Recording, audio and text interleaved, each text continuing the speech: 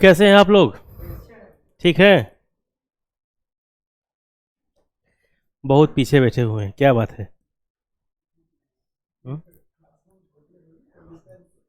हाँ, ये बात सही कर रहे हैं आप। 69 बीपीएससी का फॉर्म सबमिट कर लिए आप लोग? आप कर लिए? क्या क्या मांग रहा है?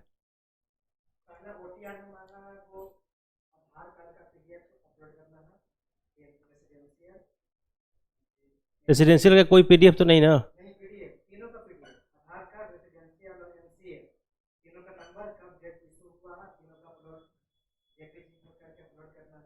रेसिडेंशियल में तो आप जिस जगह के हैं तो जिसका डोमिसाइल नहीं हो उस। अच्छा अच्छा, डोमिसाइल इम्पोर्टेंट नहीं है। अच्छा अच्छा। अच्छा, उनके लिए है।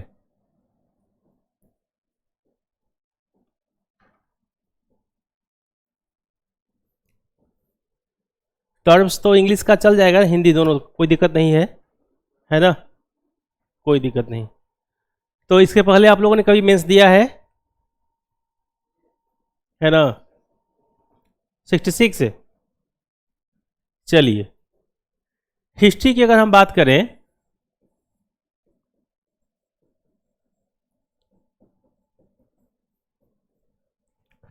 तो प्राचीन इतिहास, मध्यकालीन इतिहास, जैसे इंग्लिश में लिख देते हैं हिंदी में डिक्टेट कर देते हैं, चलेगा ना? और आधुनिक इतिहास, ये 3 टर्म है जहां से क्वेश्चन आपके बिहार पीसीएस में पूछे जाएंगे। क्वेश्चन की अगर प्रवृत्ति को पिछले 10-12 साल को देखा जाए तो कहा जा सकता है कि यहां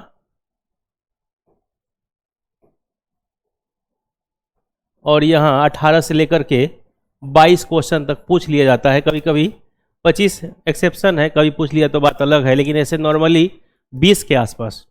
यानी कि अगर हम लोग सब कुछ देख ले तो ये कह सकते हैं कि जो है 30 से लेकर के और 35-36 तक क्वेश्चन बिहार में हिस्ट्री का पूछा जाता है। ठीक है। पहले जब हिस्ट्री ऑप्शनल हुआ करता था जो सब्जेक्टिव के रूप में, अब तो मान लीजिए ऑब्जेक्टिव के रूप में हो गया है, तो सब्जेक्टिव के रूप में जब ऑप्शनल था तो उस समय आप लोग कभी ऑप्शनल हिस्ट्री रखे थे? हिस्ट्री भी ऑप्शनल था और फिर भी डरते हैं? इसके बाद भी डर लगता है हिस्ट्री से? चलिए, तो हम लोग आज एक बार पूरी सिलेबस की बायोपिक देख ले, ऐसा कर लेते हैं, है ना? थोड़ा सा कॉपी कलम निकाल लीजिएगा। अगर हम हिस्ट्री की डेवलपमेंट की सिर्फ बिहार पीसीएस के सापेक्ष में और वो भी प्रीलिम्स के रूप में अगर बात करें, यानी कि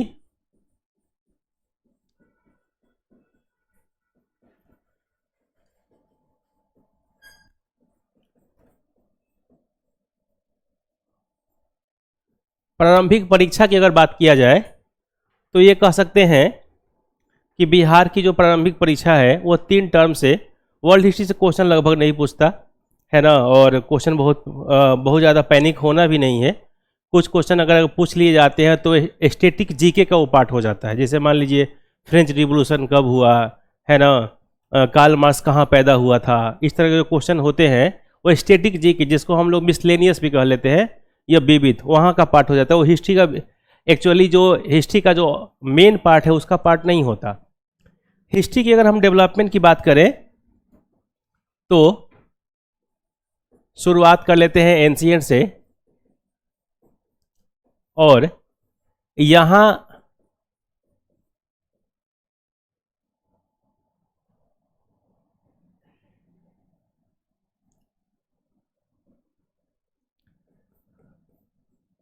सबसे पहले आपको ध्यान देना होगा इंडस वैली सिविलाइजेशन।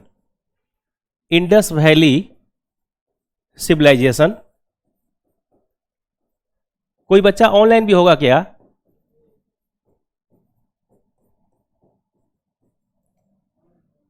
बोर्ड पे आराम से लिखने की आदत बन गई है, इसलिए ये स्पीड, सर बहुत आराम आराम से लिखते हैं, लग रहा है कि नहीं? चलिए कोई नहीं, इंडस वैली सिविलाइजेशन का मतलब है, हिंदी में लिख दो चल जाएगा, है ना। सिंधु घाटी सभ्यता या हड़प्पा सभ्यता या कॉपर एज और फिर ब्रॉन्ज एज, यानी कि ताम्र युग, कांस्य युग, सिंधु घाटी सभ्यता या हड़प्पा सभ्यता, ये चारों नाम इसी का है। ताम्र और कांस्य इसलिए क्योंकि अगर हम लोग मेटल्स की बात करें, धातु की बात करें, तो धातु के रूप में जो उस समय डेवलप हुए वो इस डेवलपमेंट के साथ जुड़ता है। इंडस वैली सिविलाइजेशन से जो क्वेश्चन पूछा जाएगा आपको बिहार पीसीएस में, उसके कुछ सेक्टर्स निर्धारित हैं, जैसे हड़प्पा, क्या हो रहा है, हड़प्पा, मोहनजोदड़ो,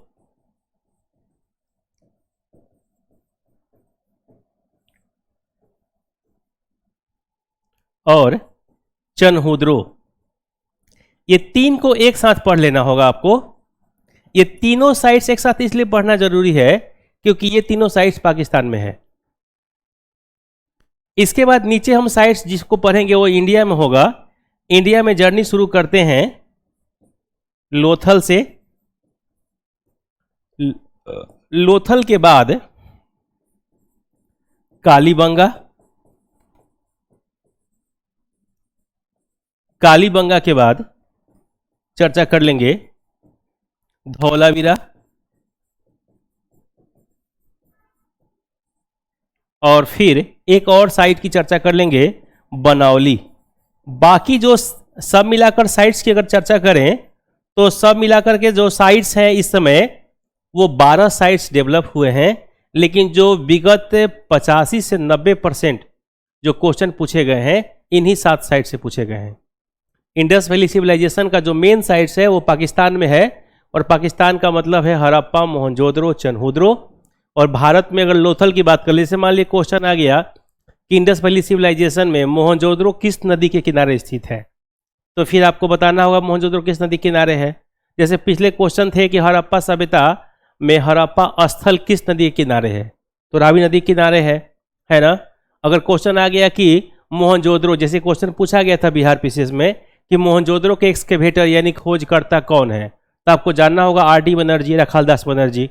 तो 2-3 टर्म्स यहाँ पे इंपॉर्टेंट हो जाता है, सारे साइट्स के नाम और साइट्स के साथ साथ कौन साइट्स कब खोज किया गया, उसके खोजकर्ता कौन है, किस नदी के किनारे स्थित है, और फिर किस जिले में है और किस राज्य में है। जैसे कहा जाए कि हड़प्पा कहाँ स्थित है, तो हड़प्पा का जो जिला है वह मोंटगोमरी या साहिवाल डिस्ट्रिक्ट है।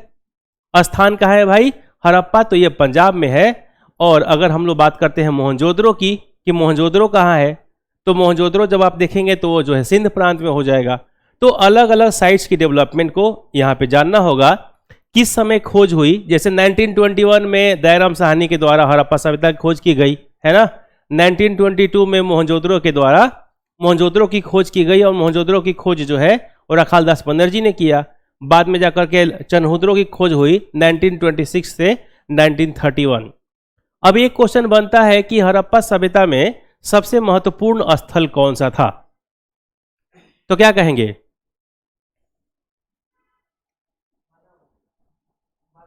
बनावली। क्यों, साइड के साथ कुछ कॉज तो होगा ना, कोई भी स्थल के साथ कोई कॉज होगा। तो अगर हम कहें कि सबसे महत्वपूर्ण स्थल इंडिया का है कि पाकिस्तान का, तो आप बताइएगा पाकिस्तान का स्थल। और सबसे महत्वपूर्ण है जिसको हम डेथ वैली के रूप में जानते हैं, और वो है मोहनजोदड़ो। अब मजबूत क्यों है भाई, तो आप यहां पे एक बात को समझिएगा कि वह स्थल मजबूत है जहां पे जो है आर्कियोलॉजिकल फाइंड्स ज्यादा मिले हैं। जैसे एक छोटी सी कल्पना कीजिए, आज नवी मुंबई है, न्यू मुंबई, और आज एक छोटा सा जगह है जिसको हम कह लेंगे जो है झारखंड का कोई भी आदिवासी बहुल क्षेत्र। दोनों जगह भूकंप आया, सारी चीजें जमीन के अंदर दब के नीचे चली गई, और ये फिर खत्म हो गया वहां का समाज। 500 वर्ष बाद, 1000 वर्ष बाद दोनों जगह जमीन की खुदाई किया जाएगा, तो बताइए अवशेष ज्यादा कहां मिलेगा, नवी मुंबई में। तो जितने साइट्स है ना हड़प्पा सभ्यता का, उसमें सबसे ज्यादा जो पुरातात्विक तत्व मिला, पुरातात्विक तत्व का मतलब होता है आर्कियोलॉजिकल फाइंड्स। आर्कियोलॉजिकल फाइंड्स का मतलब होता है जमीन से निकाले गए सामग्री। तो जहां पे सबसे अधिक सामग्री मिली है उस जगह का नाम है मोहनजोदड़ो। तो क्लियर है। तो मोहनजोदड़ो क्यों इंपॉर्टेंट है, क्योंकि यहाँ पे अधिकतम साक्ष्य की बात की गई है। मोहनजोदड़ो से अगर हम बात करें तो जो है ग्रेट बाथ की बात की गई है, ग्रेट ग्रांडी की बात की गई है ना। इसके बाद सभा और समिति की बात की गई है, मिस्र मेसोपोटामिया से ट्रेड एंड कॉमर्स की बात की गई है, वहाँ से जो है सिस्टमेटिक ड्रेनेज सिस्टम मतलब जो है व्यवस्थित नाली की निकास प्रणाली की बात की गई है। तो ये कहने का आशय ये है कि जो मोहनजोदड़ो एक स्थल है वहाँ पे आर्कियोलॉजिकल फाइंड सबसे ज़्यादा मिला है। तो क्वेश्चन भी सबसे ज़्यादा हड़प्पा और मोहनजोदड़ो से बनता है। इसके पीछे कारण है इंपॉर्टेंस उसकी, है ना। जो इंडिया की साइड से वहाँ से चीज़ें कमज़ोर मिला है, या फिर बाद में जो चीज़ें मिली वो दोहराने लगा। जैसे सब जगह एक ही तरह का चीज़ मिलेगा तो फिर जो है बाद में आर्कियोलॉजिकल फाइंड्स कमज़ोर हो गए। जैसे अगर मान लीजिए कि हम ये कहते हैं कि जो है नटराज की जो मूर्ति है उस तरह से कोई नृत्य करती हुई मूर्ति का साक्ष्य कहाँ से मिला, तो अगर ये स्थल आपको पता है तो फिर तो आप बना लेंगे, लेकिन स्थल पता नहीं है तो फिर क्वेश्चन छूट जाएगा। तो जो यहाँ से हम लोग की इंपॉर्टेंस है बिहार में खास करके, देखिए बिहार का जो क्वेश्चन अभी तक पूछा जाता था 68 बीपीएससी को अगर छोड़ दिया जाए तो क्वेश्चन की जो लेवल होते थे वह कंसेप्ट या थॉटफुल कम बल्कि फैक्चुअल ज़्यादा होते थे, है ना। तभी तो 100+ कट ऑफ जाने का मतलब क्या है। लेकिन 68 वाले को मैंने पहले कहा इसको छोड़ देना है, तो यहाँ से हम लोग इस साइड से कर लेंगे तो काम आपका हो जाएगा। ऑफिस की डेवलपमेंट जहाँ पे जब चर्चा होगी तो इस पर अलग चीज़ों को हम देख लेंगे। इसके बाद हम लोग के पास दूसरा साइट्स है और दूसरा टॉपिक है वो है वैदिक एज। और वैदिक एज को हम लोग कहते हैं वैदिक युग, और इसका समय है 1500 से लेकर 600 BC।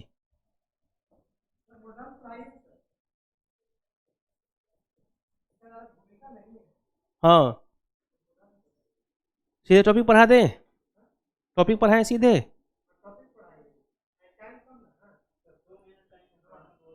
2 महीना बहुत होता है। तैया तैयारी।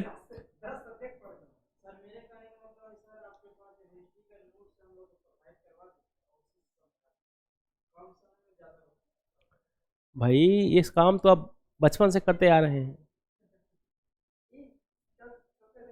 ए, अच्छा।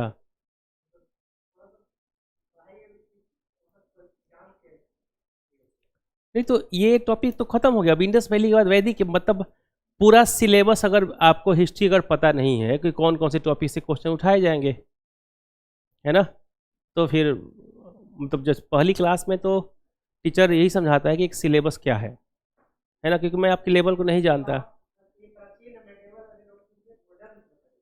मॉडर्न से शुरू करें।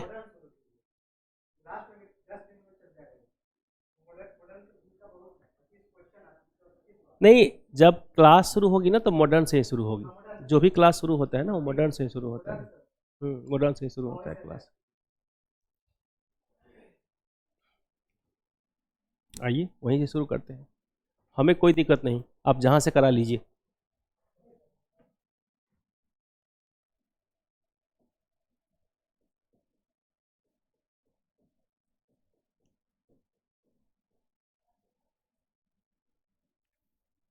मॉडर्न हिस्ट्री को भी हम 3 सेक्शन में बांटेंगे।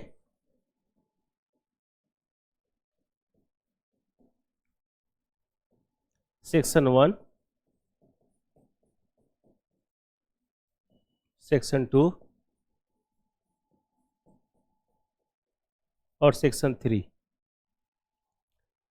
सेक्शन 1 का मतलब है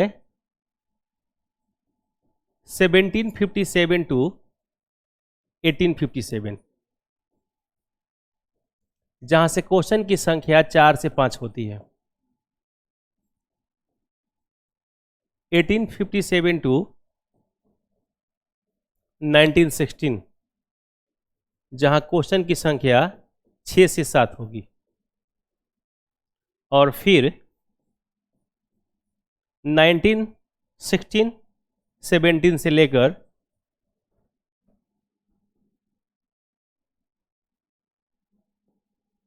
1948,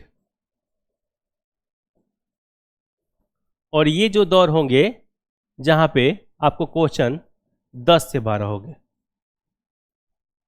ठीक है, और इसी को हम लोग जन राष्ट्रवाद भी कह लेते हैं या फिर गांधी युग भी कह लेते हैं।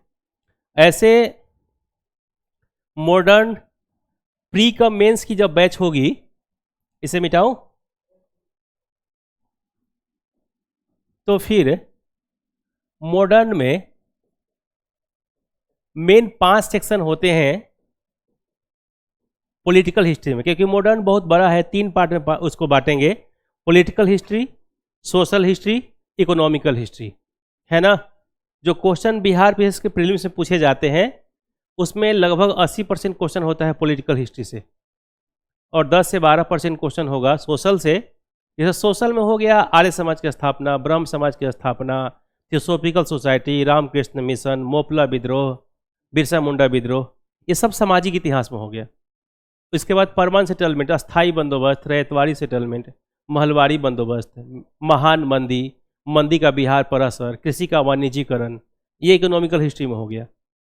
और देश की आज़ादी के लिए जितने भी काम हुए हैं वो सब पॉलिटिकल हिस्ट्री के दौर में आ जाता है। ठीक है, तो वहाँ से क्वेश्चन सबसे ज़्यादा होगा। अगर हम इम्पोर्टेंट टॉपिक की बात करते हैं खास करके पॉलिटिकल हिस्ट्री में, तो 5 ही सेक्शन है जिसको तैयार कर लेंगे तो मेंस के लेवल पे भी 60 से 65% मैटर तैयार हो जाता है, और प्री में भी एक बड़ा सा सेक्शन तैयार हो जाता है। और वो जो सेक्शन है उसकी अगर हम लोग बात करें तो वो है आपका रिवोल्ट ऑफ 1857। दूसरा इस्टेब्लिशमेंट ऑफ आईएनसी, यानी कि भारतीय राष्ट्रीय कांग्रेस की स्थापना, establishment of Indian national Congress.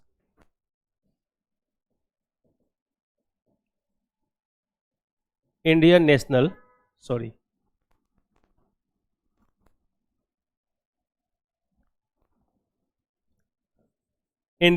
Congress, और ये 1885 में भारतीय राष्ट्रीय कांग्रेस की स्थापना। तीसरी टर्म्स की अगर हम लोग बात करें तो वो होगा नॉन कोऑपरेशन मूवमेंट, यानी कि असहयोग आंदोलन, हिंदी में इसको कह लेंगे हम लोग असहयोग आंदोलन। और नॉन कोऑपरेशन मूवमेंट जो है ये हुआ आपका 1920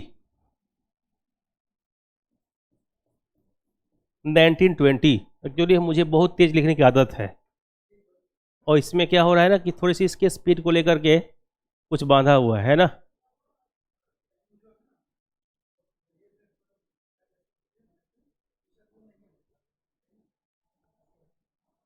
नहीं, इसी पे मैं 3 साल से 4 साल से पढ़ा रहा हूँ।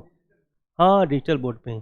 व्हाइट बोर्ड पे तो मैं क्लास छोड़ देता हूँ, नहीं पढ़ाता मैं, वहाँ हो ही नहीं पाता। अब जब इस पे पढ़ा लीजिएगा ना तो व्हाइट बोर्ड बहुत चैलेंजिंग हो जाता है। सबसे समस्या होता है वहाँ मिटाना।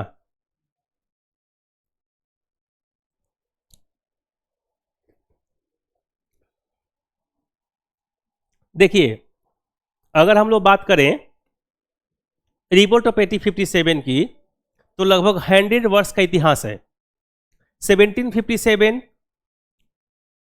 23 जून 1757 starting the battle of Plassey, यानी कि बैटल ऑफ प्लासी की शुरुआत 23 जून 1757 में हुआ, और starting the third battle of Panipat 14 जनवरी 1761, यानी कि पानीपत का जो तीसरा युद्ध हुआ वो 14 जनवरी 1761 को शुरू हुआ, and starting the 22 October 1764 starting the battle of Buxar, and Buxar decided to India administration was only for Britishers, यानी कि बक्सर ने यह तय कर दिया कि भारत की जो प्रशासन है वो सिर्फ और सिर्फ कौन करेगा भाई, अंग्रेज करेंगे।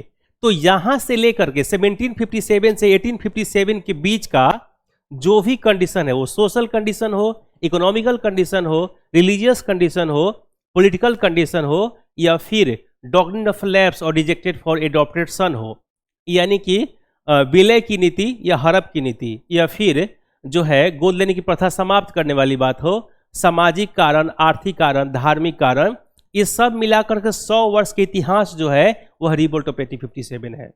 अगर इसकी हम इमीडिएटली इवेंट की बात करते हैं, तत्कालिक कारण की बात करते हैं, तो ये कह सकते हैं कि इमीडिएटली इवेंट में जो सबसे बड़ी सी समस्या सामने आई वो ये आया कि 34th रेजिमेंट के बैरकपुर छावनी के जवान मंगल पांडे कहते हैं कि जो एनफील्ड राइफल है उसकी कारतूस में गाय और सुअर की चर्बी लगी हुई है, और यह तत्कालिक कारण था। लेकिन अगर हम डलहौजी की विलय की नीति, जिसको हम डॉक्ट्रिन ऑफ लैप्स कहते हैं, और फिर रिजेक्टेड फॉर एडॉप्टेड सन, यानी कि गोद लेने की प्रथा समाप्त करते हैं, ये दोनों कारण नहीं होता तो भारत में जो है कह सकते हैं ग्वालियर और झांसी से झांसी की रानी नहीं आती है ना, कानपुर से नाना साहब नहीं आते, लखनऊ से बेगम हजरत महल नहीं आती, बरेली से खान बहादुर खान नहीं आते, इलाहाबाद वाराणसी से लियाकत अली नहीं आते, और बिहार से वीर कुंवर सिंह नहीं आते। यानी कि यह युद्ध है, अगर हम लोग कहें तो फर्स्ट फ्रीडम स्ट्रगल ना हो करके सेल्फ डेवलपमेंट का भी युद्ध है क्या। और यही कारण है कि ये इतिहास की जो व्यवस्था है वो थोड़ी सी अलग हो गई, क्योंकि 1757, 1761 और 1764 ये 3 युद्ध हुए, प्लासी, बक्सर और पानीपत का तीसरा युद्ध। इसके बाद अंग्रेजों के हाथ में चला गया, और अंग्रेजों ने जब भारत में प्रशासन शुरू किया वह दौर था 1772-73 regulating act, 1784 Pitt's India act. और पिट्स इंडिया एक्ट के बाद लगा कि शोषण की जो डेवलपमेंट है वो कमजोर पड़ रही है, तो चार्टर एक्ट लाया गया, और 4 चार्टर एक्ट लाए गए 20 ईयर्स के बाद में। First charter act 1793, second 1813, third 1833 और फोर्थ 1853। इसके बाद 1857 का रिवोल्ट हो जाता है, और लगता है कि अब ईस्ट इंडिया कंपनी की स्थिति पहले जैसी नहीं रही, और यही कारण था कि वहाँ पे क्राउन की सत्ता को जोड़कर और हम लोग चार्टर्ड एक्ट को समाप्त कर 1858 में गवर्नमेंट ऑफ इंडिया एक्ट 1858 लाते हैं, जिसको हम कहते हैं हिंदी में भारत शासन अधिनियम। तो ये तो हमारा एक कौन सा इतिहास था, कॉन्स्टिट्यूशनल हिस्ट्री था। तो ये भी किसका पार्ट हो जाएगा, पॉलिटिकल का, है ना। इंग्लिश मीडियम का कोई नहीं है कि सब इंग्लिश मीडियम हिंदी मीडियम के हैं, तो समस्या तो नहीं आ रही है ना। जैसे मैं क्लास लेता हूँ अभी और 90-92 बच्चे हैं, एक भी हिंदी मीडियम का नहीं है, तो मैं क्लास में हिंदी बोलता ही नहीं हूँ। मेरी हिंदी अच्छी है, क्योंकि हिंदी साहित्य मेरा विषय रहा है।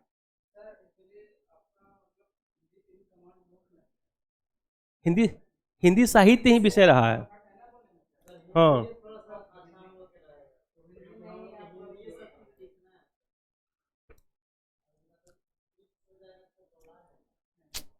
नहीं नहीं, घबराने वाली बात नहीं है। जो चीज़ें मैं बोल रहा हूँ वो तो समझ में आ रहा है आपको।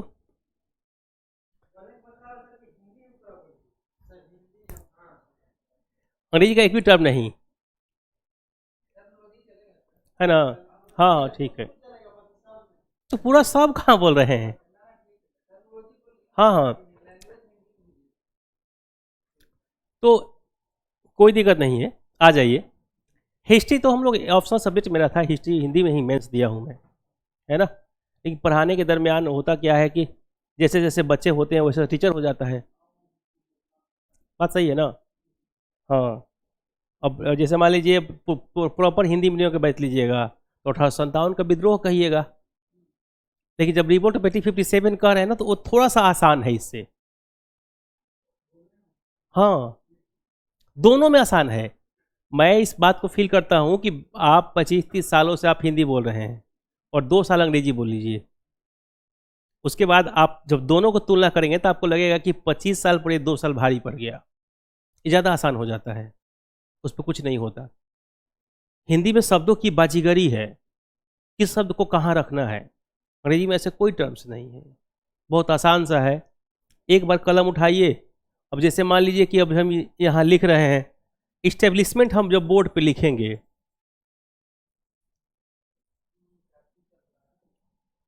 लिख दिए ना, कोई उठाया नहीं कलम। लेकिन जब हम यहीं पे इसको हिंदी में लिखेंगे तो प्रत्येक बार कलम उठेगा। तो अंतर क्या होता है ना कि जहां 200 वर्ड लिखते हैं ना वहीं पे हिंदी वाला 180 वर्ड लिखता है, यही अंतर है। हाँ बस अंतर है। तो जितना मेहनत हिंदी का बच्चा कर लेता है ना, अंग्रेजी का बच्चा कभी नहीं कर पाएगा, नहीं कर पाता है। लेकिन अब देखिए, ये इस्टेब्लिशमेंट जो हमने शब्द लिखा, कहीं उठाया कलम?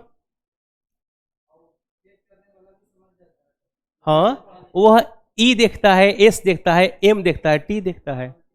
हाँ, वो समझ जाता है, वो उसको समझ में आ जाता है कि ये जो है ब्लू ब्लड से है, अरिस्टोक्रेट फैमिली से होंगे बचपन से। इंग्लिश मीडियम में बच्चा पढ़ा है तो ठीक फैमिली से होगा, और इतना इंग्लिश बढ़िया लिख रहा है तो ये चीज़ें हो जाती है, लेकिन उससे कोई दिक्कत नहीं है। चलिए आ जाइए आगे। बोर्ड पे इंग्लिश तो लिखते हैं, इसी तो मैं हिंदी बोल रहा हूँ, जब इंग्लिश में लिख रहा हूँ तो हिंदी। जैसे आपकी क्लास की स्ट्रेंथ जिस दिन 100 होगी ना, तो आप विश्वास कीजिए 100 बच्चा हिंदी मीडियम का एक बार में नहीं मिलेगा, बच्चे फिर बाइलिंगुअल ही हो जाएंगे, है ना। तो टीचर को दोनों भाषा बोलना पड़ेगा। जैसे आस्था उस्था में जो है वो देखिए, अब दोनों भाषा चलता है, इंग्लिश में भी हिंदी में भी। हालांकि प्योर इंग्लिश नहीं आता है मुखर्जी के बच्चों को। प्योर क्लास में अंग्रेजी में बोल के रखता हूँ, जो बच्चे कहते हैं कि सर थोड़ा सा कहिए कि कल से हिंदी बोल लेंगे। बच्चा चाहता है कि इंग्लिश में नोट्स बनाए और समझे हिंदी में। नहीं नहीं, करोल बाग में चलता है, मैं 2-4 जगह क्लास लेता हूँ, तो कोई ज़रूरत नहीं आपको, कुछ भी मजाक भी अंग्रेजी में कर लीजिए, कोई दिक्कत नहीं है। हाँ चलिए आ जाइए, कोई नहीं। अब हम 1930 लिख लेते हैं। चलिए आप ही लोग की भाषा लिख दे रहा हूं मैं। सविनय अवज्ञा आंदोलन, सविनय अवज्ञा आंदोलन 1930। और 1942 जो हम लोग इसको कहेंगे भारत छोड़ो आंदोलन, क्विट इंडिया मूवमेंट, भारत छोड़ो आंदोलन। अब देखिए, देखने में तो आपको लगता है कि मात्र 5 आंदोलन कह के ये कैसे कह रहे हैं कि 60 से 65% मैटर तैयार हो जाएगा भाई, है ना। लेकिन आप इसके इतिहास में जाइएगा तो आपको महसूस होगा कि ये 5 टॉपिक ना मॉडर्न हिस्ट्री का मेजर पोर्शन है। 1920 का असहयोग के लिए आपको क्या क्या जानना होगा? 17 का चंपारण, 18 का खेरा, 18 का अहमदाबाद मिल आंदोलन, 19 का जालियांवाला बाग, 19 का रॉलेट एक्ट, 1920 का खिलाफत, और तब हुआ असहयोग। क्लियर है? और फिर एक और रशियन रिवोल्यूशन। गांधी को एनर्जी कहां से मिलता है भाई? रशियन रिवोल्यूशन से, रूसी क्रांति से मिलता है। तो एक घटना जानने के लिए, असहयोग के लिए आपने क्या देखा? इसको मिटाता हूं मैं। जब हम असहयोग की बात करते हैं तो असहयोग हुआ 1920 में, 1920 में हुआ असहयोग। लेकिन इस असहयोग के लिए आपने महसूस किया कि जो है, लोगों ने चंपारण को भी देखा, लोगों ने खेरा को भी देखा, लोगों ने अहमदाबाद मिल आंदोलन को भी देखा, और फिर रॉलेट एक्ट को भी देखा, जालियांवाला बाग को भी देखा गया। और जब तक इन लोगों के साथ नहीं जुड़ा हुआ था, तब तक खिलाफत भी भारत लेवल पे बहुत बड़ा सा नाम नहीं था। अली बंधु को बहुत लोग नहीं जानते, लेकिन खिलाफत जब इनसे जुड़ा तो फिर ये मजबूत हो गए। और यही कारण है कि अगर हम असहयोग की चर्चा करें तो ये सारे तैयार हो जाते हैं। क्लियर है? अब तो समझ में आ रहा है ना, आपकी भाषा में ही बिल्कुल आ गया हूं मैं। लेकिन यह आश्चर्य हो रहा है कि पहली बार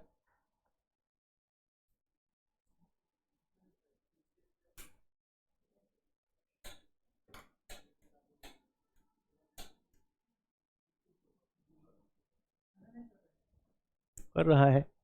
चलिए आ जाइए, आगे देखते हैं हम लोग। 1920 के असहयोग के बाद अगर हम लोग अगला बात करें तो हो जाएगा आपका 1930 सविनय। अब देखिए, सविनय को जानने के लिए आपको जानना होगा Simon commission, Swaraj, Kakori, Nehru report,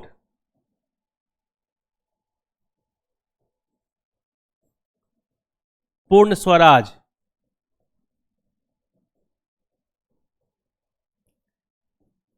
11 सूत्री डिमांड्स, और तब जाकर के आप पूरा करते हैं सविनय अवज्ञा आंदोलन और साल्ट सत्याग्रह, नमक सत्याग्रह। क्योंकि इसको आप नहीं जानेंगे तो स्थानीयता नहीं होगी, क्योंकि जो 11 गांधी का डिमांड था कि जो है नमक कर को समाप्त कर दिया जाए, है ना। इसके बाद release of all political prisoners, सभी राजनीतिक कैदियों की रिहाई कर दी जाए। इसके बाद जो है कोस्टल टैक्स फ्री, यानी कि तटवर्ती कर, जो एरिया है समुद्र के किनारे वाली, वहाँ का कर को समाप्त कर दिया जाए। इसके बाद जो है सोल्जर्स टैक्स फ्री, मतलब जो सैनिक थे उनके कर को समाप्त कर दिया जाए। प्रोहिबिशन ऑफ वाइन, यानी कि जो है शराब पर प्रतिबंध लगा दिया जाए। इस तरह की जो मांगे थी ये गांधी ने रखा था। कुछ मांग को एक्सेप्ट किया गया, बाकी नहीं किया गया, और कहते हैं कि ये मांग पूरा हो जाता तो शायद सविनय अवज्ञा आंदोलन की बात नहीं सोचते, और ये अपने आप में बहुत इंपॉर्टेंट है। तो सविनय अवज्ञा के साथ हम इतनी चीज़ों को देख लेते हैं, और इसके आगे जब चलते हैं 1942 में, तो आप लोग ये रीड करेंगे कि 1942 के दौर में हम लोग स्थितियां कब से बनी थी? Second world war. Second world war का मतलब है 1939 टू 1945। अब इसको जानने के लिए थोड़ा सा आपको फर्स्ट वर्ल्ड वार भी जानना होगा। तो प्रथम विश्व युद्ध कब हुआ? 14 से 18 के बीच में हुआ। इसके पीछे मात्र एक छोटी सी कारण है, और वो है फर्डिनेंड की हत्या। नहीं, शुरुआत तो यहीं से होती है ना, विश्व इतिहास पढ़े ना आप लोग की नहीं? तो फर्डिनेंड की हत्या होती है। ऑस्ट्रिया के राजकुमार हैं, सर्बिया वो घूमने गए थे और वहाँ हत्या हो जाती है, और फिर यहाँ से कहानी शुरू होती है। ऑस्ट्रिया के साथ जर्मनी आ जाता है, और जर्मनी और इटली का जो यूनिफिकेशन हुआ था 1848 से 1861 के बीच में, मतलब यूनिफिकेशन का मतलब होता है एकीकरण। तो एकीकरण जो हुआ था जर्मनी का, उस समय से ही वो लोग खार खाए बैठे थे इस बात को कि जो है जर्मनी और इटली से समस्या है, और यहाँ से शुरू होती है। लेकिन 18 में वर्साय की संधि के साथ, फिर इसकी शांति सम्मेलन के साथ इसको समाप्त कर देते हैं। लेकिन समाप्ति के बाद भी तो बीज बना रहता है, क्योंकि उसमें लिखा हुआ था पीसफुल, जो पेरिस की शांति सम्मेलन था उसमें लिखा हुआ था कि जर्मनी 20 वर्ष तक किसी पर हमला नहीं कर सकता। और 1919 में, यानी 1919 से लेकर के 1939, 20 वर्ष हो जाता है, और 1939 में सेकेंड वर्ल्ड वार हो जाता है। इस बात की भी चर्चा होती है कि सेकेंड वर्ल्ड वार का बीजारोपण फर्स्ट वर्ल्ड वार में छुपा हुआ था। उसके सिचुएशंस को भी हम जानेंगे। और इस बीच में एक और बड़ी सी घटना होती है, वो है आपका 1935 का गवर्नमेंट ऑफ इंडिया एक्ट, जिसको हिंदी में हम लोग क्या कहते हैं? भारत शासन अधिनियम। भारत शासन अधिनियम 1935। इसके बाद स्टेट इलेक्शन, प्रांतीय चुनाव है ना। प्रांतीय चुनाव कब हुआ भाई? 19, है ना। 1937 कितने 11 राज्यों में हुआ। कितने में बहुमत मिला? कुछ ही सब पता है? 6 मत बोलिए, हाँ, है ना।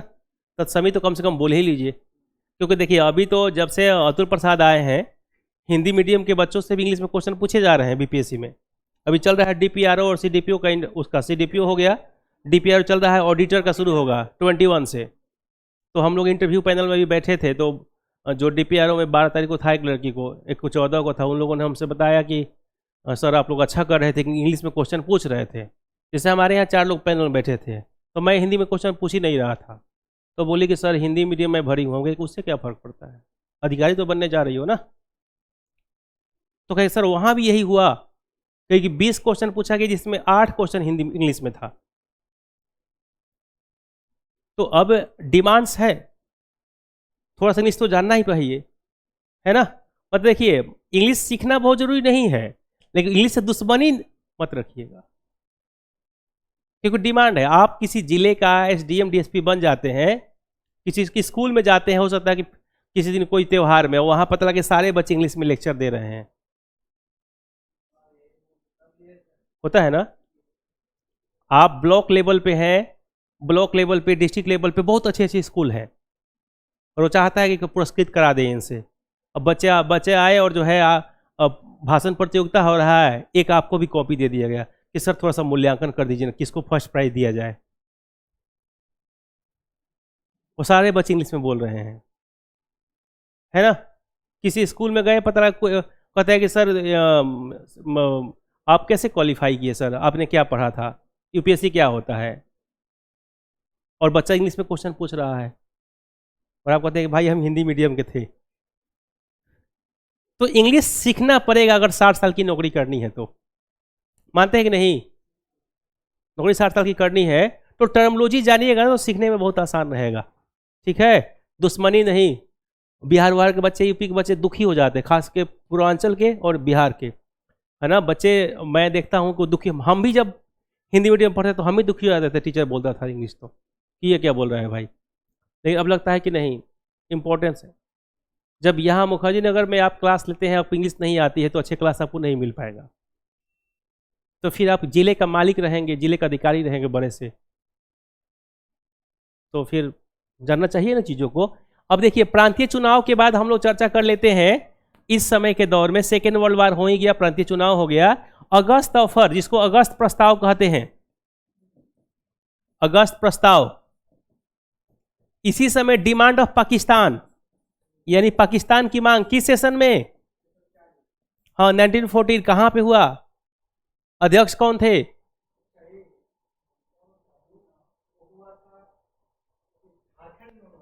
झारखंड में तो आईएनसी का हुआ ना, रामगढ़ में हुआ। और डिमांड ऑफ पाकिस्तान कहां हुआ? पाकिस्तान की मांग कहां रखी गई? लाहौर। और फिर आईएनसी की सेशन हो गया यहाँ पे, और यही हो गया व्यक्तिगत सत्याग्रह, पर्सनल सत्याग्रह। व्यक्तिगत सत्याग्रह क्या है भाई?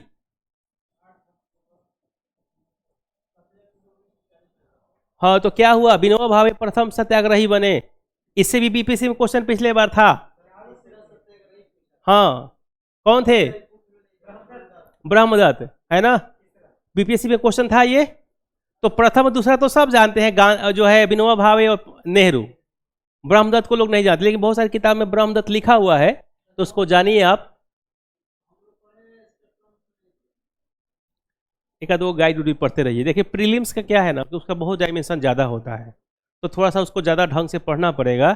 प्रीवियस पेपर भी पढ़ते रहिए, एक आध दो किताब पढ़िए।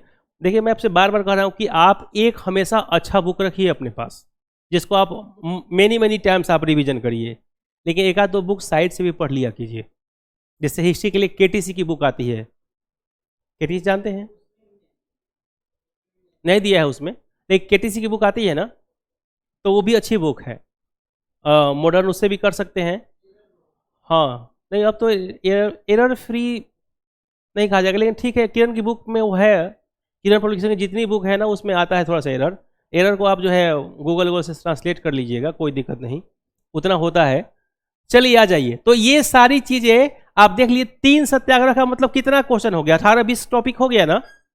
तो ऐसे ही 5 टॉपिक तैयार करेंगे तो आपका तैयार हो जाएगा कम से कम 30 टॉपिक। और यही कारण है कि ये 5 सेक्शन अपने आप में बहुत इंपॉर्टेंट है। अब सीधे हम लोग आ जाते हैं गांधी पर, है ना। गांधी की जर्नी पर चर्चा नहीं होगी। गांधी की जर्नी मुझे लगता है कि आप लोग को तैयार भी होगा।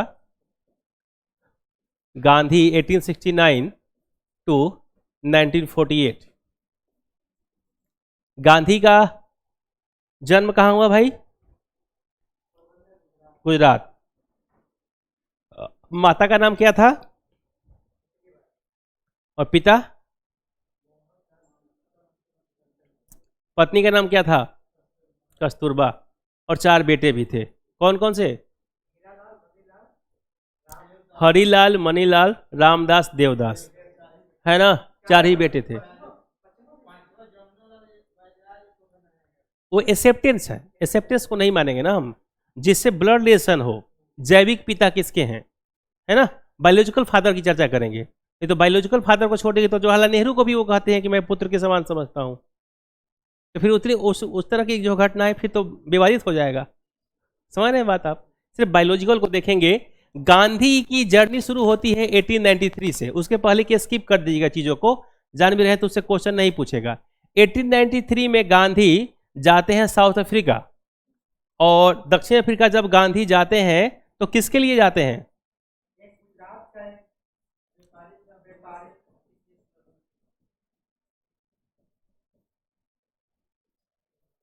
यही थे, दादा अब्दुल्ला, है ना। इसके लिए जाते हैं। तो गांधी कितने दिन के लिए जाते हैं भाई? हाँ,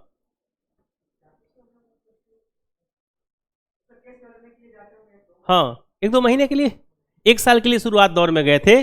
बाद में 1 साल समय बढ़ाया गया तो 2 साल हो गए। लेकिन गांधी अगर हम ऑफिशियल देखें तो 1915 में आते हैं गांधी 9 जनवरी को। हाँ, यानी कि गांधी गए थे मात्र कुछ दिनों के लिए, लेकिन गांधी वहां रह जाते हैं 22 साल, है ना। अब देखिएगा गांधी की ये जो जर्नी है अपने आप में बहुत इंपॉर्टेंट है। यहां से थोड़ा सा टॉल्स्टॉय फोरम को देख लेंगे, गांधी के एक्सेप्टेंस को देख लेंगे, गांधी के साथ कौन कौन सी मित्रता हुई, और गांधी साउथ अफ्रीका में कहाँ कहाँ गए, प्रिटोरिया में रहे, जोहान्सबर्ग में रहे, है ना, कहाँ कहाँ रहे और क्या क्या सुधार किए, इस नीतियों को देख लेंगे। थोड़ा सा मेंस में भी फायदा होगा, क्योंकि गांधी नेहरू टैगोर की इंपॉर्टेंस पूछा जाता है ना। देखिए कभी भी आप जो तैयारी करिएगा ना, तो एक डायमेंशन को सिर्फ कि हम प्रीलिम्स ही हमको करना है, हम फोकस करके काम करेंगे, ऐसा कुछ नहीं होता। क्योंकि जो 2 महीना उधर बचा हुआ है ना, वो सीखने के लिए नहीं बचा हुआ, रिवीजन के लिए बचा हुआ है ना। तो रिवीजन में तो ये होगा कि रोज 25 क्वेश्चन आप लिखिए बस। हाँ, 60 दिन तक 25 क्वेश्चन लिखिए। हाँ हाँ, उस 2 महीने, हाँ, जैसे 30 सितंबर को एग्जाम दे के आइए, 5 अक्टूबर 6 अक्टूबर से लगिए, और 5 अक्टूबर 6 अक्टूबर से लेकर 5 दिसंबर तक रोज 25 क्वेश्चन लिखिए। क्योंकि एग्जाम हॉल में आपको एक दिन में 21 क्वेश्चन लिखने हैं, यही है ना। जैसे देखिए बिहार अब सिलेबस चेंज किया है, 8 मार्क्स के 3 क्वेश्चन होंगे, 7 मार्क्स के 2 क्वेश्चन होंगे, तो ये क्वेश्चन कितने हो गए, 5, और फिर 38 मार्क्स के 2 क्वेश्चन होंगे, तो ये हो गया क्वेश्चन 7। 8 मार्क्स वाले क्वेश्चन को लिखना है 80 वर्ड में, सॉरी 100 वर्ड में लिखने हैं, 7 मार्क्स वाले को 80 वर्ड में, और इसको लिखना है आपको 400 to 450 के बीच में अप्रॉक्स में लिखना है। तो ये आपके जो मार्क्स हो गए वो शुरुआत में हो गए 300, और फिर ये हो गए आपके 160, और ये हो गए आपके 850। तो अगर हम इसको जोड़ लेते हैं, इसी के आसपास हुआ क्या, इतना ही लिखना है। ये एक सेक्शन में हो गया 7 क्वेश्चन, ठीक है, ये सेक्शन एक ही हुआ ना 7, और इसमें फिर 3 से गुना कर दीजिए, तो लगभग 3900 अप्रॉक्स इतने वर्ड लिखने हैं। अब बताइए 3900 वर्ड लिखने के लिए अगर आप रोज नहीं लिखते हैं 3000 वर्ड, तो उस दिन ऐसा तो है नहीं कि आपके ऊपर भूत सवार हो जाएगा और आप जो है एकदम बिल्कुल क्रांतिकारी होके भगत सिंह तरह सरफरोशी की तमन्ना जैसे गाने लगेंगे, ऐसा तो नहीं होगा ना। तो आपको 25 क्वेश्चन लिख करके रोज रखना होगा, 25 क्वेश्चन। 25 क्वेश्चन का मतलब है कि आप उसमें 15 से 18 क्वेश्चन लिख लीजिए, 8 और 7 मार्क्स वाले, और 7 से 6 क्वेश्चन लिख लीजिए 400 मार्क्स के। अगर ऐसा नहीं करते हैं तो मेंस पास करेंगे तो इंटरव्यू फेल हो जाएंगे। ऐसा करते हैं तभी लिस्ट में नाम रहेगा। सोचिए 21 क्वेश्चन एग्जाम हॉल में लिखना हो, और हो सकता है कि कभी कभी बदमाशी ये करता है कि एक ही दिन जीएस का दोनों पेपर ले लेता है, लिया था ना। तो दोनों पेपर लेगा और आपको लिखने का 20 और क्वेश्चन है नहीं, और आपसे लिखवाया जाएगा 42 क्वेश्चन, और एग्जाम हॉल में क्वेश्चन आपने बीपीएससी का छोड़ा, आउट हो गए वहीं से बाहर। तो ये प्लानिंग है। तो इस प्लानिंग को आप फॉलो कब करेंगे, जब अभी से आपको इन चीजों पर ध्यान है कि कौन सा ऐसा टॉपिक है जो प्री और मेंस दोनों में कॉमन है, तो उसको आपको ध्यान पे लेके चलना है। मतलब आप सिर्फ ये मत सोचिएगा कि हमको प्री पास करके हमारा काम हो गया, कि अगली बार हम मेंस पास कर जाएंगे, नहीं। Set the target and hit the target, one set, मतलब एक ही टाइम में आपको दोनों पास करने होंगे। मतलब जिस बार आपकी नौकरी होगी प्री मेंस इंटरव्यू तीनों होगा उस साल। क्लियर है ना। तो इन बातों का भी ध्यान रखिए, और तभी जाकर के बिहार में चीजों को डेवलप कर पाएंगे। आगे आ जाइए। अब हम लोग देखते हैं 1917 से लेकर के 1948 तक, ये सेक्शन देख लेते हैं। बताइए इसको मैं समझाता चलूं कि पहली क्लास से क्या लिखवाया जाए,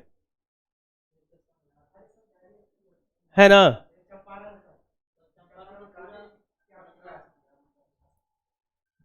चंपारण,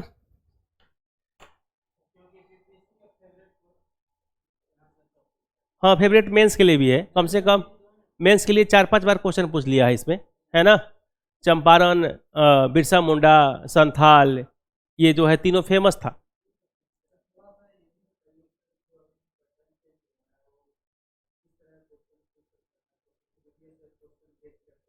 मेंस का?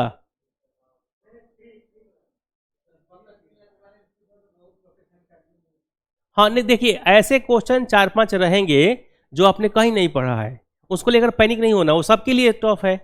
जो क्वेश्चन टफ है, जो किसी की बुक में नहीं है, वो सबके लिए टफ है। हमें उस क्वेश्चन से बहुत पैनिक नहीं होना है, हमें उस क्वेश्चन का ध्यान देना है जो रियल में क्वेश्चन की सभी बुकों में है और उसको हम गलती करके आ रहे हैं। देखिए एक बात हमेशा ध्यान रखिए कि प्रीलिम्स पास करने का जो सबसे पहला शर्त है ना, कि जो भी क्वेश्चन आसान हो उसको गलती मत करिए। जिन्होंने भी आसान क्वेश्चन को गलती किया है ना, उनका प्री नहीं हो पाता। और कभी कभी आप जो है कहते हैं कि ह्यूमन एरर है, ह्यूमन एरर कुछ नहीं होता। ह्यूमन एरर इसलिए हो रहा है क्योंकि आप एग्जाम हॉल में नर्वस हुए हैं। आप लिखे हैं 7 × 6 है, तो 7 × 6 42 होगा ना, लेकिन आप लिखे हैं 32, तो ये ह्यूमन एरर नहीं है, ये ब्लंडर है। इसलिए है क्योंकि आप जो है एग्जाम हॉल में जब सीरियस ही नहीं है।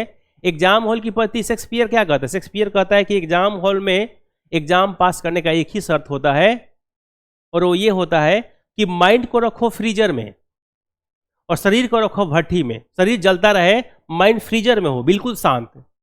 और हम क्या करते हैं, हम माइंड को रख देते हैं भट्ठी में और शरीर ठंडा पड़ने लगता है कि अरे हमको कुछ नहीं आता यार, हम तो फेल हो गए, हम तो गए, इस बार तो गए बेटा, अब अगली बार का सोचे, 70वीं बीपीएससी देखे। तो आपका शरीर जो है वो फूलने लगता है, ठंडा होने लगता है, और दिमाग में इतने उथल पुथल चल रहे हैं ना कि ये पढ़ लेता तो ठीक था, वो पढ़ लेता तो ठीक था, वहाँ समय बर्बाद किया, ये बर्बाद किया, सोशल मीडिया को हमने निगलेक्ट नहीं किया। तो ऐसी बातें आपके दिमाग में आने लगती है, तो आप जानते हुए क्वेश्चन भी गलती करते हैं। 150 में 1-2 क्वेश्चन ऐसा रंग लेते हैं ना। कुछ बच्चे तो ऐसे हैं जो क्वेश्चन रंगने में 1-2 गलती कर देते हैं। भाई वो तुम्हारे लाइफ का सवाल है और उसमें तुम क्वेश्चन गलती में रंगने कर रहे हो, तो कहाँ हो तुम? क्यों एग्जाम देने गए हो? तो इन बातों का भी ध्यान रखना है यहाँ पे। तो ये आपका बहुत इंपॉर्टेंट रोल अदा करता है। और मेंस में बहुत डायनेमिक चेंज हुआ है। आप जितना शांत होकर पढ़ रहे हैं और सिर्फ पढ़ रहे हैं, तो विश्वास कीजिए आपका मेंस नहीं हो रहा है। मैं आपको कहिए, मैं लिख के दे दूंगा उन बच्चों के लिए जिन बच्चों ने भाई तुम क्या पढ़ रहे हो, तुम क्या पढ़ रहे हो, वही किताब उठा ले, वैसे लोगों का मेंस नहीं होगा, है ना। मेंस अब हो गया है प्लानिंग का विषय। पहले क्या था, 17-18 क्वेश्चन मेंस में होता था हिस्ट्री का, 6 क्वेश्चन आते थे, उसमें से 5 उसी 18 में से मिल जाता था। आपको 3 ही लिखना है 38 मार्क्स के क्वेश्चन, ऐसा था ना। लेकिन इस बार 5 क्वेश्चन देखेंगे तो एंशिएंट भी टच कर लिया है और मिडिएबल भी टच कर लिया है, और पटना कलम दे दिया है 7 नंबर में। आप 38 मार्क्स में तैयार किए हैं, तो फिर आप बड़ा को छोटा भी करने आपको नहीं आता, क्योंकि आपने कोई प्रयास ही नहीं किया। तो अब प्लानिंग का विषय हो गया है, और प्लानिंग इन द सेंस ये कि आपको जीएस का पेपर 1 में अच्छा नंबर लाना है, तो स्टैटिस्टिक्स को आपको कम से कम 1 से 1.5 महीने प्रत्येक दिन 1 घंटा लगाना होगा। कितना भी अच्छा मैथ हो, लेकिन प्रैक्टिस नहीं है ना, तो स्पीड मेंटेन नहीं होगा। और जिनकी स्पीड मेंटेन नहीं हुई, वो 72 नंबर का मैथ बनाएंगे तो और टॉपिक छूट जाएगा उनका। तो प्रैक्टिस तो जरूरी है। दूसरा प्लानिंग क्या है कि स्टैटिक्स को हटा देते हैं तो बचता है हिस्ट्री, आईआर। आईआर में करंट भी होता है, नेशनल इंटरनेशनल करंट। तो आपको 100 क्वेश्चन डिजाइन करने होंगे जो एग्जाम में आने के लायक हो, और उसका एक मॉडल आंसर तैयार करना होगा और किसी एक्सपर्ट से चेक करा के रख लेना होगा। और पेपर सेकेंड में साइंस एंड टेक बढ़ जाता है, तो वहां 150 क्वेश्चन, 50 पॉलिटी एंड गवर्नेंस, 50 से 60 क्वेश्चन हिस्ट्री, ज्योग्राफी और इकोनॉमी, और 50 क्वेश्चन साइंस एंड टेक, और तीनों में इंपॉर्टेंस ऑफ बिहार। एक क्वेश्चन पहले लिखिए 7 दिन 8 दिन में, फिर उस क्वेश्चन का मॉडल आंसर तैयार करिए, किसी एक्सपर्ट से चेक कराइए, और जहां जहां टॉपिक हो उस पॉइंट को भी उसमें जोड़िए। और इतना करके आप जाते हैं 250 क्वेश्चन और 100 निबंध हैं, तो मुझे नहीं लगता कि फिर फेल करेंगे फिर। लेकिन आपका क्या मतलब है कि कोई टेस्ट सीरीज चला रहा है, उसमें से 5 क्वेश्चन 10 क्वेश्चन टेस्ट में दिया, वही आप लिख के चले आए। आपने प्रत्येक टॉपिक तो टच नहीं किया ना। अभी 100 क्वेश्चन कहां से बनेंगे ये मैं आपको बताऊंगा। 100 क्वेश्चन के लिए आपको दौड़ना पड़ेगा थोड़ा सा ज्यादा। जैसे क्या क्या करना पड़ेगा, जैसे मान लीजिए कि आप 100 क्वेश्चन बनाना हो, बीपीएससी का क्वेश्चन प्रीवियस उठाइए, वहां से 100 में से 30 क्वेश्चन वहां से उठा लीजिए जो रेगुलर पूछ रहा हो। उत्तर प्रदेश पीसीएस और यूपीएससी क्वेश्चन उठाइए और वहां से 30 क्वेश्चन ले लीजिए, 60 हो गया। और 40 मॉडल तैयार कर दीजिए कि ये तो जरूर इस बार आना चाहिए। और 100 क्वेश्चन एक जगह लिखिए और फिर 100 क्वेश्चन का मॉडल आंसर एक जगह लिखिए और उसको किसी एक्सपर्ट से चेक करा लीजिए, जहां जहां कमी हो उसको 1-2 पॉइंट और जोड़ लीजिए। उसके बाद वो पेपर में वो 100 क्वेश्चन आए या ना आए, लेकिन जब एग्जाम हॉल में आप लिख के आएंगे ना, तब विश्वास कीजिए जो व्यक्ति 450 क्वेश्चन लिख के गया है ना, और जो व्यक्ति को कोई प्लानिंग नहीं है, उन दोनों में जमीन और आसमान का अंतर दिखेगा कि नहीं दिखेगा। तो ये बहुत जरूरी है। अगर ऐसा प्लान नहीं है, जैसे पेपर 1 के लिए आप क्या प्लान किए हैं, तो आप कहते हैं सर ये मेरे 100 क्वेश्चन है और ये 100 क्वेश्चन के 2 हमारे पास ये फाइल है, नोट्स, इसका आंसर लिखा हुआ है, और अंत समय में उसी आंसर को फॉर्मेटिंग करके और बस देख के चले जाना है। सबके फॉर्मेटिंग का मतलब है कि एक आंसर का 5 से 6 पॉइंट, बस देख लीजिए, उसको बार बार रिवीजन किए, वो याद बना रहा, 6 पॉइंट आप डालेंगे। और जो ये काम नहीं करेगा, मतलब प्रबंधन इसको बोलते हैं, मैनेजमेंट, जो मैनेजमेंट जिसकी सही नहीं होगी उसको वहां 2 पॉइंट याद आएगा, और आप बार बार रिवीजन किए तो आपको 6 पॉइंट याद आएगा। तो जब कि कोई बच्चा 6 सेक्शन को टच किया है मेंस में, और बिना रिवीजन का बच्चा 2-3 सेक्शन को टच करेगा, तो दोनों में कैसे एक जैसे मार्क्स मिलेंगे? नहीं मिलेंगे ना। तो मेंस के लिए अब, और एक और जो सबसे बड़ी सी समस्या आई है, जब से ये कहा है ना कि प्रत्येक सेक्शन का जो है पहला प्रश्न के जो 5 पॉइंट्स हैं, ये पांचों कंपल्सरी होगा। मतलब ये नहीं कि इसमें से आपको 8 आता है 5 लिख देना होगा, तो फिर आसान हो जाता। तो यहां पे आपको 2 चीजें समझ में आनी चाहिए। एक तो पूरे सिलेबस का, होल सिलेबस का कंप्लीट नॉलेज चाहिए।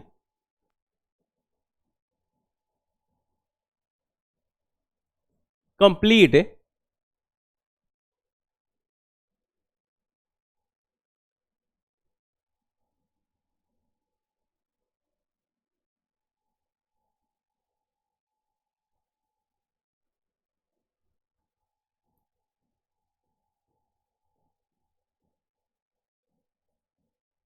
नॉलेज चाहिए। तो सिलेबस की होल नॉलेज चाहिए आपको, एक तो पहला शर्त हो गया। दूसरी, आपकी जो स्पीड जो पहले थी ना, उस स्पीड से ज्यादा स्पीड लिखने की आनी चाहिए।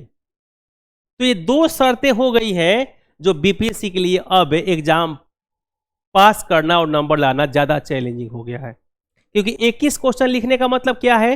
21 बार सोचना। और 8 क्वेश्चन लिखने का मतलब क्या है? 8 बार सोचना। तो एक क्वेश्चन को लिखने के लिए 1 मिनट तो सोचेंगे ना, कितना भी नहीं सोचेंगे आप बताइए? एक क्वेश्चन को लिखने के लिए 1 मिनट तो सोचेंगे ना, 1 मिनट, तो 13 मिनट तो ज्यादा हो गया ना। एक पेपर में 13 मिनट ज्यादा हो गया। आपको जब मेंस दे रहे होंगे आपको याद होगा, अंतिम दौर में आप इतना तेज लिखते हैं कि कोई हिसाब नहीं है, उसमें से 13 मिनट और काट लिया गया।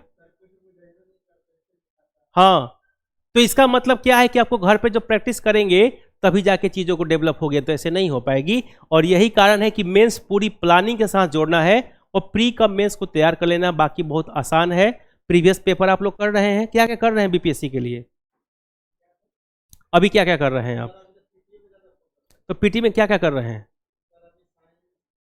कहाँ से पढ़ रहे हैं, कहाँ से? अभी एनसीईआरटी पर, अब एनसीईआरटी का टाइम कहाँ रहा? हाँ जी, आप, अच्छा, सब लोग यही करते हैं।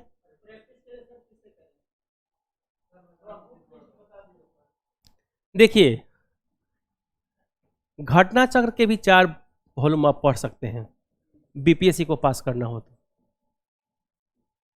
ऐसे 4 नहीं भी पढ़ेंगे ना, तो 2 तो मेरे कहे पे जरूर पढ़ लीजिएगा। एक उसकी हिस्ट्री है और दूसरा साइंस है।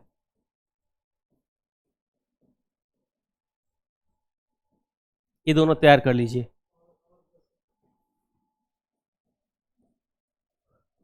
बीपीएससी प्रीवियस पेपर तैयार कर लीजिए। और ये तैयार करिएगा 39th बीपीएससी से लेकर 68th बीपीएससी।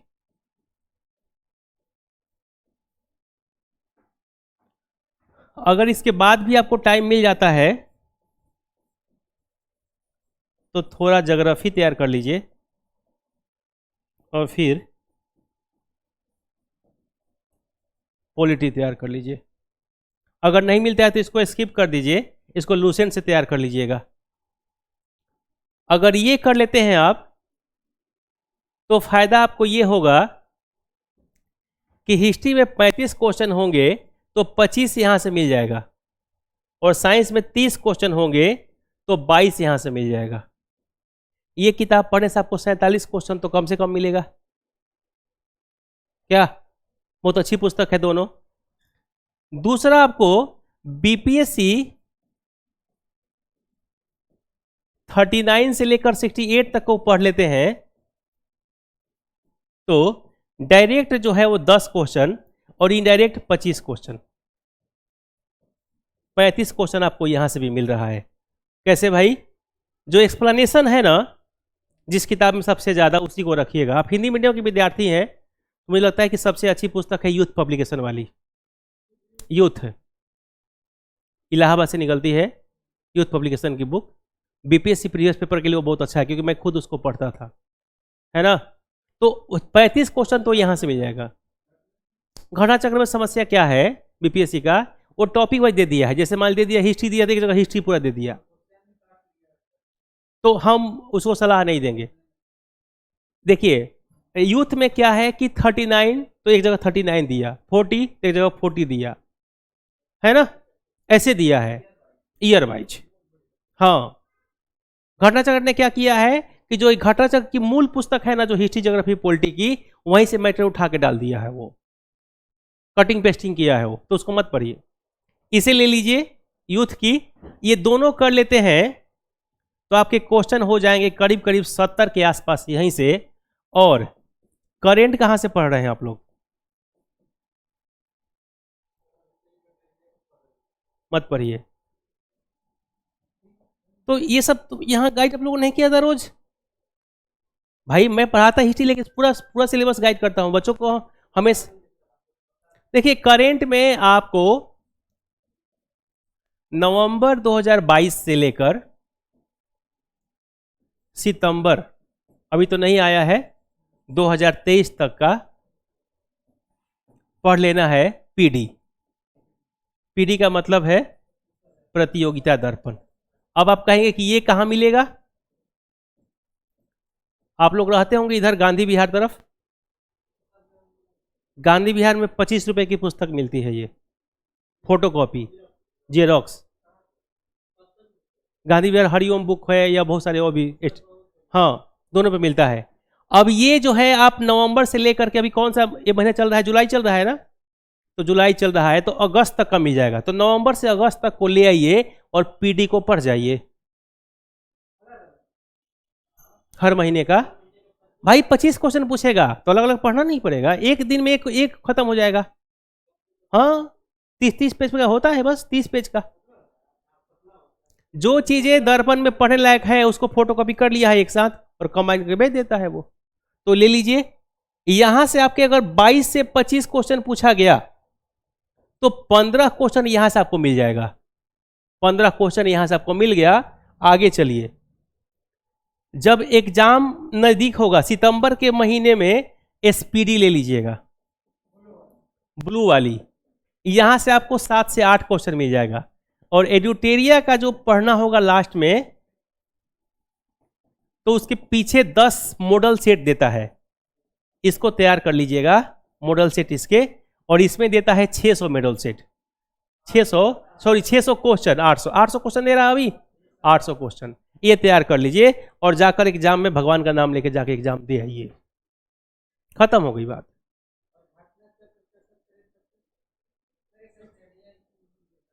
क्या? अब स्टडी आईक्यू बीपीएससी के लिए नहीं है ना। घटना चक्र इलाहाबाद से निकलता है, इलाहाबाद की किताब। देखिए आप एक बात समझिएगा, आप एग्जाम कहां देने जा रहे हैं ये इंपॉर्टेंट है। एसपीडी जितना बिहार को फॉलो करता उतना घटना चक्र नहीं करता। घटना चक्र यूपीपीसीएस के लिए है। हाँ तो ऑनलाइन है, तो अभी तो दर्पण पढ़ रहे हैं ना हर महीने का, तो फिर तो यही मिल गया। एसपीडी अभी कहाँ लेने को बोल रहा है? एसपीडी बोल रहा हूँ कि अंतिम में सितंबर में ले लीजिएगा और काम हो जाएगा आपका। बिहार करंट भी लास्ट में आ जाएगा सितंबर में, या कहिएगा तो मैं दे दूंगा आपको, पीडीएफ दे दूंगा।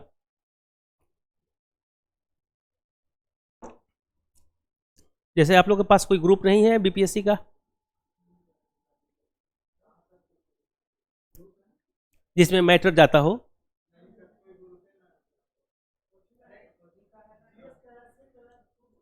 तो उसमें मैटर जाता रहता है, तो फिर पीटी पास नहीं करेगा तो काहे का मेंस?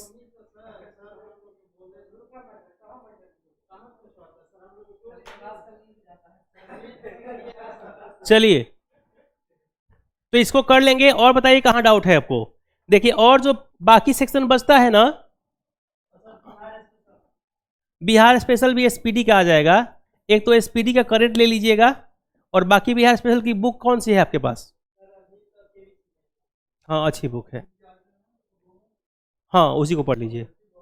नया बुक मत खरीदिए उसके लिए, नया सिर्फ एसपीडी का जो बिहार करंट आएगा लास्ट में ना, इसको ले लीजिएगा। बाकी जो भी बुक मार्केट में निकाला गया ना वो अच्छी बुक है, उसमें कोई दिक्कत नहीं है। इसको एक पढ़ लीजिएगा, यहाँ से आपका काम हो जाएगा। देखिए आपको ध्यान कहाँ देना है, 4 सेक्शन बिहार को पास करने के लिए बहुत जरूरी है। एक हिस्ट्री, दूसरा साइंस, तीसरा बिहार स्पेशल, और चौथा करंट। अब देखिए यहां से क्वेश्चन होंगे 30 से 35 क्वेश्चन। अब ठीक हो गया, बोर्ड पे अब सही चल रहा है।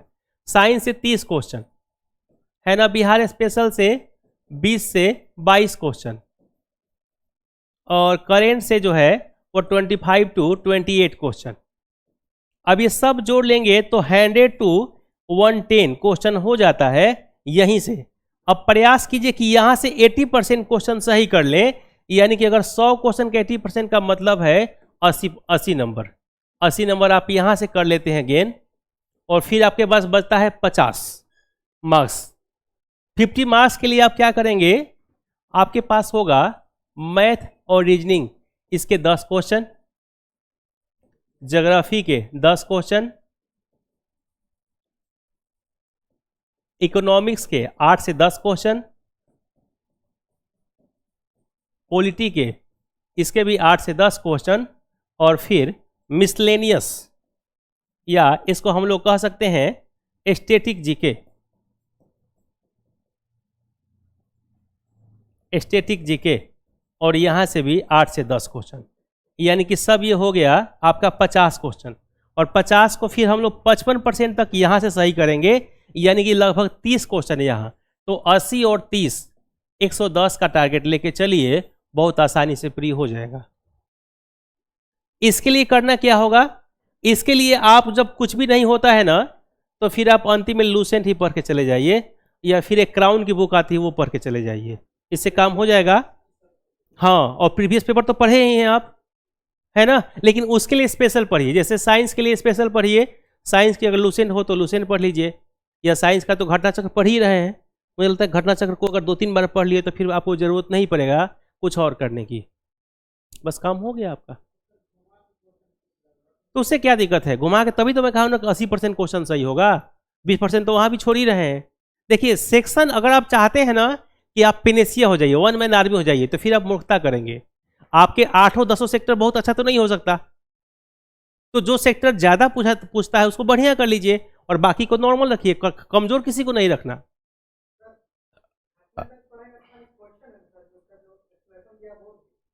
जब एक्सप्लेनेशन नहीं पढ़ेंगे तो घाटा चक्र पढ़ने की कोई ज़रूरत नहीं है। जो क्वेश्चन हम बता रहे हैं कि 35-40 आपको मिलेगा, वो सिर्फ क्वेश्चन से कहाँ मिलेगा, एक्सप्लेनेशन ही तो मेन है ना। जगह पे मत बनाइए, रुक्मिणी कोई पब्लिकेशन नहीं है ना ऑथराइज्ड, रुक्मिणी प्लेटफॉर्म वाली की कंपनी है, और प्लेटफॉर्म वनडे एग्जाम के लिए जाना था, रेलवे बैंक के लिए वो आया था। वो तो बच्चे पागल हैं कि बीपीएससी वाले उसको ले लेते हैं। भाई आपका लेवल ही नहीं था, आप आए थे जो है ग्रुप डी के एग्जाम के लिए और आप सीट देते हैं बीपीएससी का। बीपीएससी में जो 6 लाख बच्चे फॉर्म भरते हैं उसमें 5 लाख तो ऐसे ही हैं जिनको सिलेबस पता नहीं।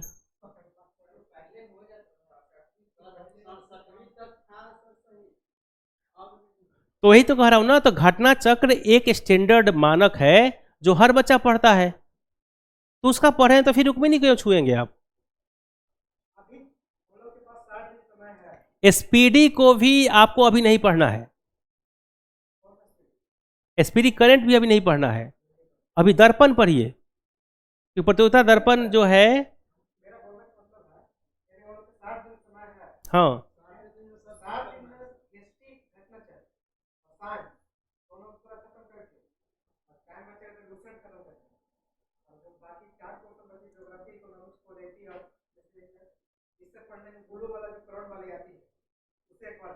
हाँ हाँ, और प्रैक्टिस सिर्फ 50-60 लगा लीजिए। हाँ बस, ग्रुप तो बनाना पड़ेगा ना, ये लोग सजग होने चाहिए। तो चलिए इसको हम लोग आज यहीं रोकते हैं, है ना। देखिए हिस्ट्री में मैं आपको 90% तक क्वेश्चन करा दूंगा।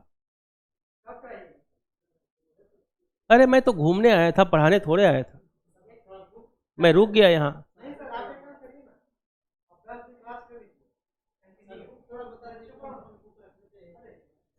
किस हिस्ट्री के लिए? कौन से में ऑप्शनल के लिए?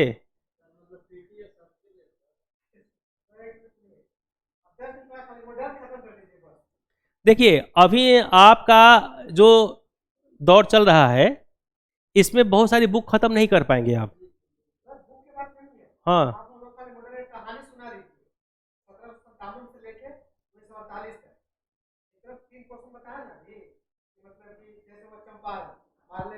हाँ,